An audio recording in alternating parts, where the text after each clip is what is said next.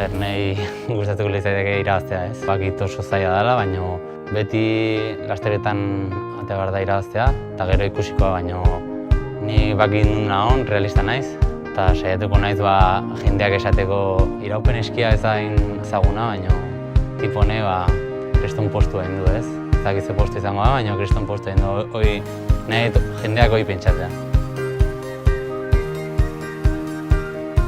Egia esan, basketinetik hasita eta beste hainbat babesle daude atzen apostu egin dutenak, eta netzako da erresponsalidadea, baina bai motivazio bat, ez?